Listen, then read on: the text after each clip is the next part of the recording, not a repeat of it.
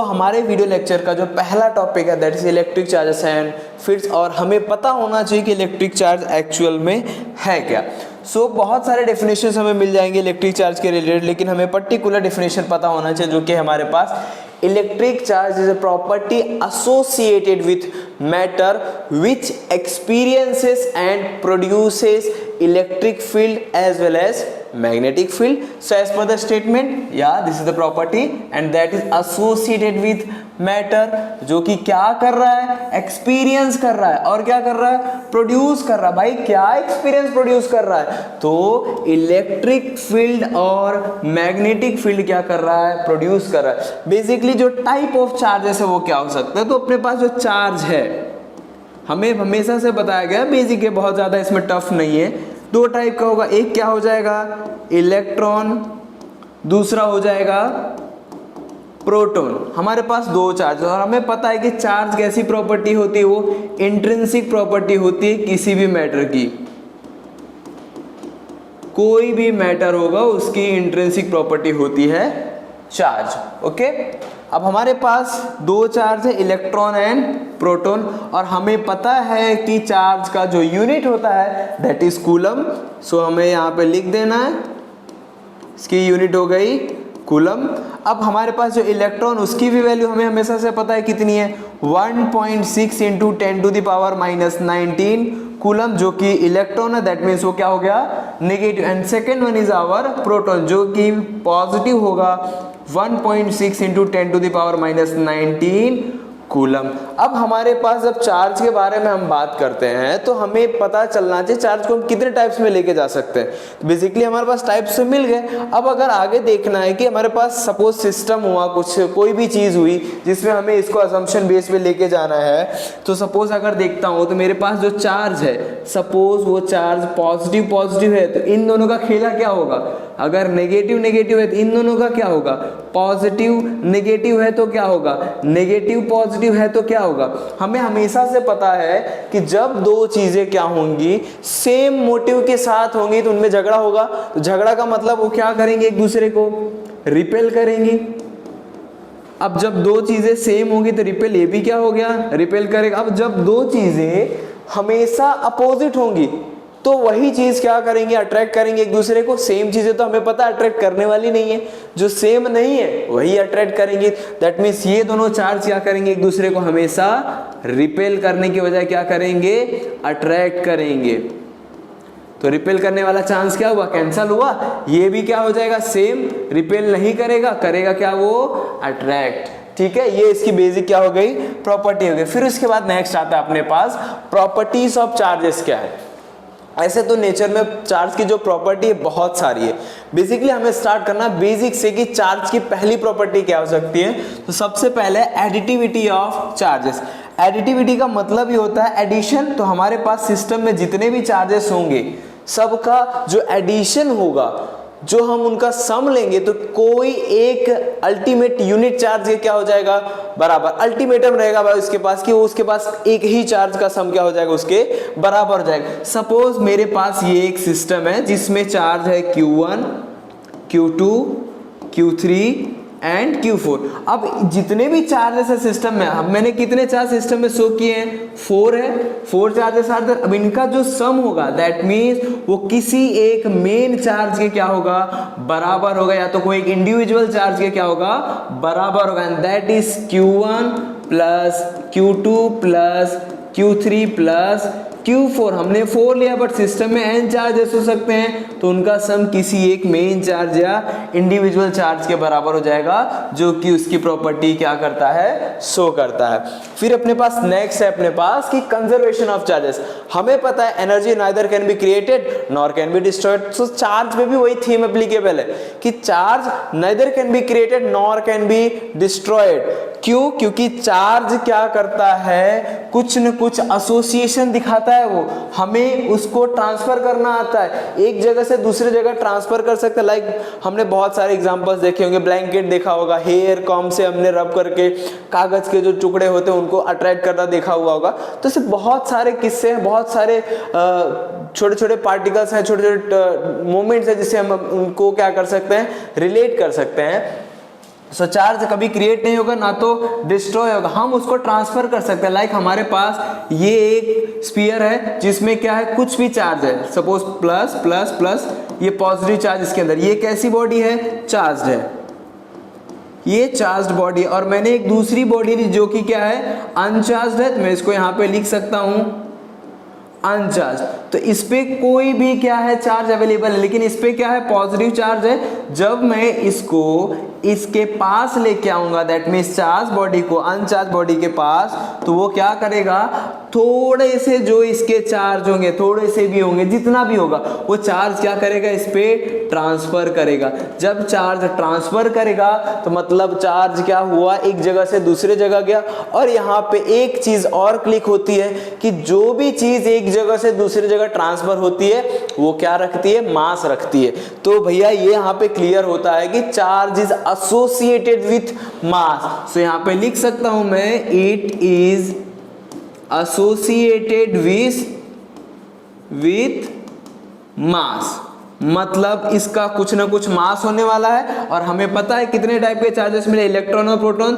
सो electron का value हमें पता है, और इलेक्ट्रॉन का जो वैल्यू है दैट इज 1.6 इंटू 10⁻⁻19 कूलम। तो भाई इसका मास भी होगा, मास ऑफ इलेक्ट्रॉन होगा। प्रोटॉन की वैल्यू भी सेम है, लेकिन प्रोटॉन का भी क्या होगा, मास होगा। सो प्रोटॉन का जो मास होता है दैट इज, सॉरी, इलेक्ट्रॉन का जो होता है वो 9.31 इंटू 10⁻31 kg, एंड प्रोटॉन की वैल्यू सेम होती है, बट ये पॉजिटिव होता है, ये क्या होता है, negative into 10⁻⁻19 coulomb, and mass of proton is 1.67 into 10⁻27 kg। मतलब इलेक्ट्रॉन अगर ट्रांसफर हो रहा है तो अपने साथ वो कुछ ना कुछ मास भी क्या कर रहा है, ट्रांसफर कर रहा है। दैट मीन्स यहाँ पे क्लियर होता है कि electron is totally associated with, और any charge is totally associated with mass. That means यहाँ पे टॉपिक क्लियर हुआ। फिर नेक्स्ट है अपने पास क्वांटाइजेशन ऑफ चार्जेस। क्वांटाइजेशन का मतलब होता है छोटे छोटे पैकेट्स होंगे वो होंगे, या तो क्वांटाइज का मतलब होता है फिक्स नंबर। सो हमारे पास जितने भी चार्जेस होंगे वो क्या होंगे, फिक्स नंबर में अवेलेबल होंगे, उनका जो अमाउंट होगा वो क्या होगा, फिक्स होगा। लाइक अपने पास जो चार्ज होगा वो किस कंडीशन में होगा, लाइक वो हमेशा क्या होगा, फिक्स नंबर ही होगा। उसका फिक्स नंबर क्या होता है अपने पास, इंटीजर होता है। इंटीजर क्या हो सकता है, इंटीजर 0+ भी हो सकता है, माइनस भी हो सकता है, एंड 0 भी हो सकता है। और हमें हमेशा चार्ज को शो करने के लिए कुछ न कुछ फिक्स नंबर ऑफ चार्जेस चाहिए, that is totally said to be like Q equals to NE। ये हमारे पास सिस्टम में जो चार्ज होगा वो शो करेगा, और ये इलेक्ट्रॉन की वैल्यू ये शो करेगा कि कितने चार्ज है, अमाउंट चार्ज का कितना है नंबर्स में। सो इसकी वैल्यू बता देगा हमें। फिर उसके बाद आता है कि सर इतने बात कैसे पता चलेगा कि हमें उसकी फिक्स वैल्यू मिल रही है कि नहीं मिल रही। सो हम अगर कभी भी चीज़ों को लिख रहे हैं तो हमें पता चलना चाहिए कि अगर जो चार्ज है हमारे पास 2 हो सकता है, 3 हो सकता है, -4 हो सकता है, 0 हो सकता है, और -10 भी हो सकता है, लेकिन हमारे पास जो चार्ज होगा वो कभी भी -2/3, 1/7, 1/10 या 7/11 इस टाइप के डेसिमल या फ्रैक्शनल फॉर्म में होगा ही नहीं।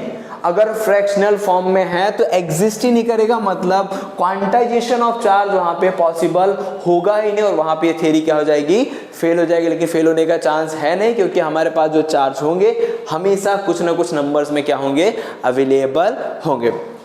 सो नेक्स्ट टॉपिक अपने पास है चार्ज इज ट्रांसफरेबल। मैंने तुमको पहले बता दिया कि चार्ज क्या है, ट्रांसफरेबल है, क्योंकि वो मास का एसोसिएशन रखता है, मास उसके पास है। सो एक जगह से दूसरी जगह क्या करेगा, ट्रांसफर होगा, that means charge is transferable. फिर नेक्स्ट है अपने पास, अब उसके बाद आता है कंडक्टर एंड इंसुलेटर। कंडक्टर का जो टर्म हमें पता है कि वो क्या करता है, उसके ऊपर जो इलेक्ट्रॉन्स होते हैं, जो चार्ज होगा, फ्रीली क्या कर सकते हैं, मूव कर सकते हैं। लेकिन इंसुलेटर के पास वो कैपेसिटी होती ही नहीं है, क्योंकि उसके पास है ही नहीं। फिर इसका देखो, मतलब परमिट्स इलेक्ट्रिसिटी टू हीट पास करेगा, लेकिन इसमें पॉसिबल नहीं है। फिर एग्जांपल्स इसमें क्या हो सकता है, like silver, aluminium and iron. And इसमें क्या होगा, वुड होगा, रबर होगा, प्लास्टिक होगा। ऐसी बहुत सारी चीजें हैं जिसमें चार्ज का क्या होगा, पार्टिसिपेशन ही नहीं होगा। दैट मीन्स चार्ज का कोई वैल्यूएशन नहीं होगा। तो किसमें आ जाएगा, इंसुलेटर में। इलेक्ट्रॉन्स मूव फ्रीली, भाई साहब जब हम इलेक्ट्रॉन्स की बात करते हैं तो, और जो इलेक्ट्रॉन्स होते हैं वो कंडक्टर पे क्या करते हैं, फ्रीली राजा की तरह घूमते हैं। लेकिन अगर इंसुलेटर हो जाए तो बाउंड टू मूव होते हैं, वो मूव नहीं कर सकते, वो उस एरिया के अंदर ही रहेंगे, जो पोर्शन होगा उसके अंदर ही रहेंगे, क्योंकि हमने कंडक्टर के ऊपर क्या लगा दिया है, एक टाइप का इंसुलेशन लगा दिया। दैट मीन्स इलेक्ट्रॉन्स क्या करेंगे, अपना एरिया, अपना सरफेस छोड़ के बाहर नहीं आ सकते हैं। फिर नेक्स्ट है अपने पास, the electric field exist on the surface but remain zero in the inside. अब सरफेस पे जो भी इलेक्ट्रिक फील्ड होगा हमें मिलेगा, लेकिन उसके अंदर कंडक्टर के क्या, उसकी वैल्यू क्या होने वाली है, जीरो होने वाली है। लेकिन इसमें तो होने वाला ही नहीं, क्योंकि भाई साहब वो पहले से बाउंडेड है। अगर मैं इसको इलेक्ट्रिक फील्ड में रखूंगा या मैग्नेटिक फील्ड में रखूंगा तो एनर्जी लॉस होगा, और इसमें एनर्जी लॉस नहीं होगा। ओके, फिर अपने पास तो अगला टॉपिक है हमारा कूलम्ब्स लॉ। सो कूलम्ब्स लॉ में सबसे पहले अगर उसका स्टेटमेंट देखा जाए तो उसका स्टेटमेंट ये कहता है कि कोई भी दो पॉइंट चार्जेस हैं, उनके बीच लगने वाला फोर्स उन दोनों पॉइंट चार्ज के क्या होगा, प्रोडक्ट के प्रोपोर्शनल होगा, और उन दोनों पॉइंट चार्ज के बीच में जो भी डिस्टेंस है उनके क्या होगा, स्क्वायर के इनवर्सली प्रोपोर्शनल होगा, या हम उसको बोलते हैं इनवर्स स्क्वायर बोलते हैं। तो सबसे पहले हमें देखना है, ये अपने पास क्या हो गया, एक चार्ज हो गया, पहला क्या है Q1, दूसरा चार्ज अपने पास हो गया Q2। ओके, अब इन दोनों के बीच का जो सेपरेशन है, हमें पता है कि सेपरेशन R है, ठीक है। इन दोनों के बीच का मैंने सेपरेशन क्या ले लिया है, R, ये इनका सेपरेशन हो गया। एज पर द स्टेटमेंट, हमें पता है कि स्टेटमेंट में बोला है कि F is directly proportional to product of charges and inversely proportional to square of the distance between the charges। अब अगर इसको सिंप्लीफाई वर्ड्स में लिखे तो F is proportional to Q1 Q2 upon R square हो गया। दैट मीन्स हमारे पास formation मिला, और हमें पता है कि जब हम प्रोपोर्शनल का साइन हटाएंगे सो हमें क्या मिलेगा, एक प्रोपोर्शनलिटी कांस्टेंट मिलेगा। सो हम उस कांस्टेंट को क्या बोलेंगे, कूलम्बियन कांस्टेंट बोल सकते हैं, क्योंकि किसका लॉ है, कूलम्ब्स का लॉ है। So F is equals to K Q1 Q2 upon R square. ये अपने पास क्या हो गया, कूलम्ब्स के लॉ का फॉर्मेशन हो गया।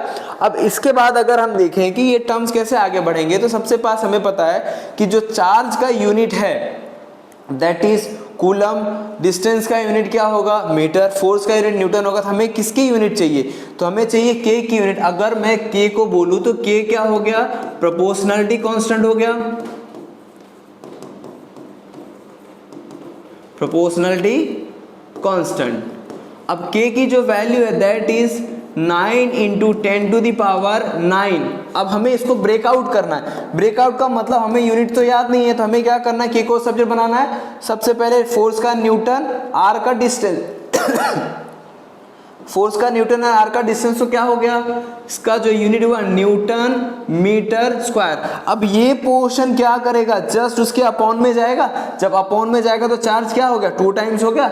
जब चार्ज 2 टाइम्स हुआ तो इसकी वैल्यू क्या हो जाएगी, न्यूटन मीटर स्क्वायर पर कूलम स्क्वायर। ये इसकी वैल्यू मिल गई। अब उसके बाद अपने पास एक टर्म और आता है कि जो K की वैल्यू है that is K equals to 1 upon 4 pi epsilon naught. हमें पता है एप्सिलॉन नॉट क्या हो गया, permittivity of free space, permittivity of free space.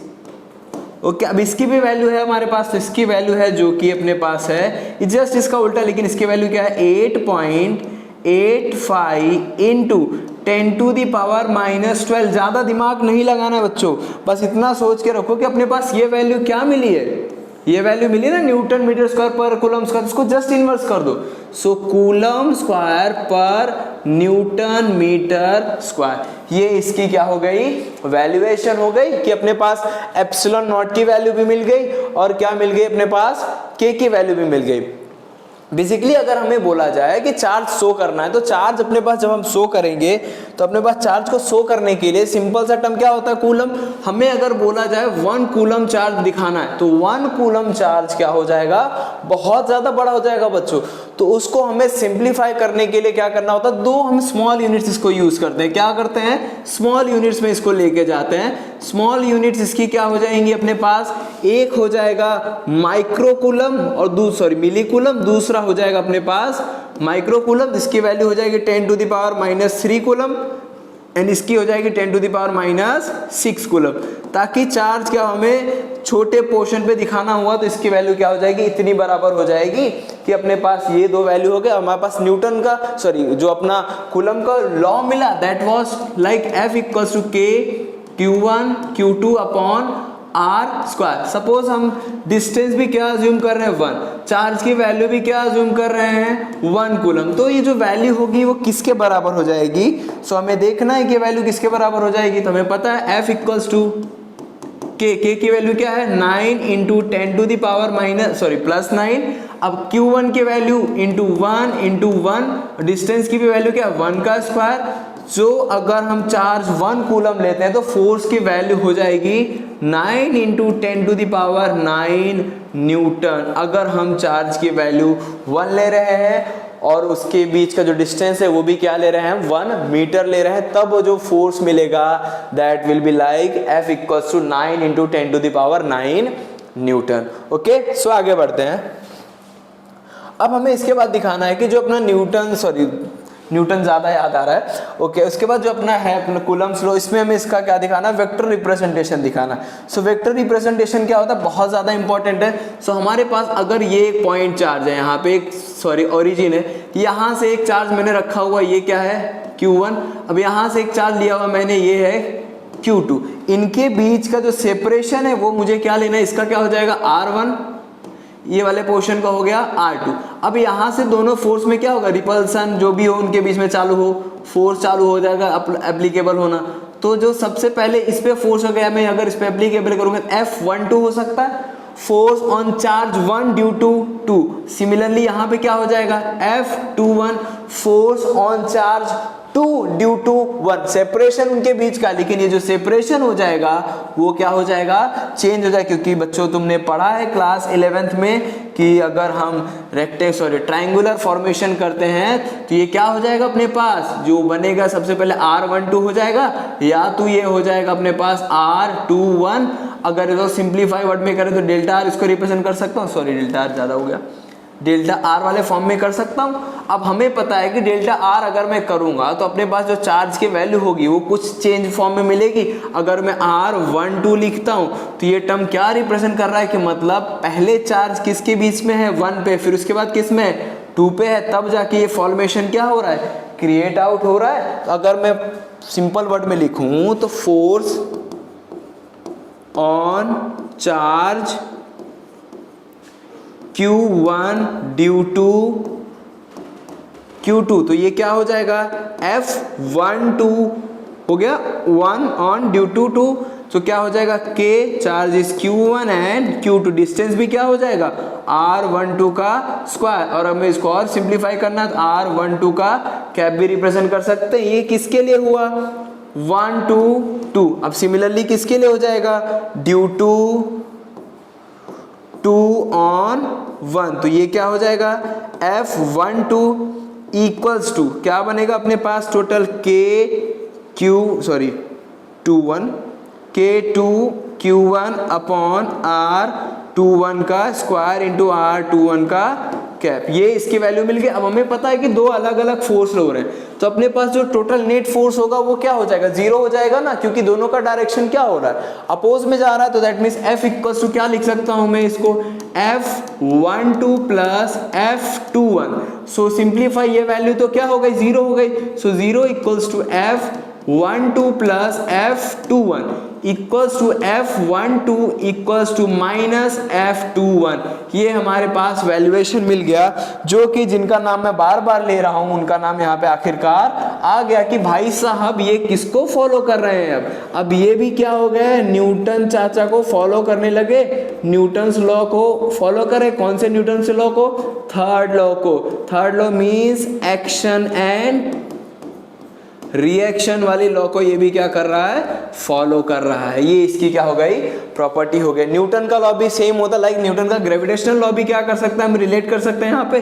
वो क्या मास के लिए था, वो क्या था अपने पास, F equals to KQ1 Q2 upon R square, ये होगा अपना कूलम। और सिमिलर टर्म में मैं इसको लिखता हूँ अपने पास ग्रेविटेशनल लॉ, तो वो क्या हो जाएगा, F equals to G M1 M2 upon R square. हमने यहाँ पे किसके बारे में बात किया, चार्ज के बारे में, बट हमने उस पोर्शन में किसके बारे में बात किया, यहाँ पे मास के बारे में बात किया यहाँ पे। और यहाँ पे कांस्टेंट क्या मिला, G मिला, यहाँ पे क्या मिला, K मिला, बट डिस्टेंस दोनों क्या कर रहे हैं, same. That means they both are obeying inverse square method. तो हम इसको यहाँ पे बोल सकते हैं कि ये इनवर्स स्क्वायर मेथड को क्या कर रहे हैं, फॉलो कर रहे हैं।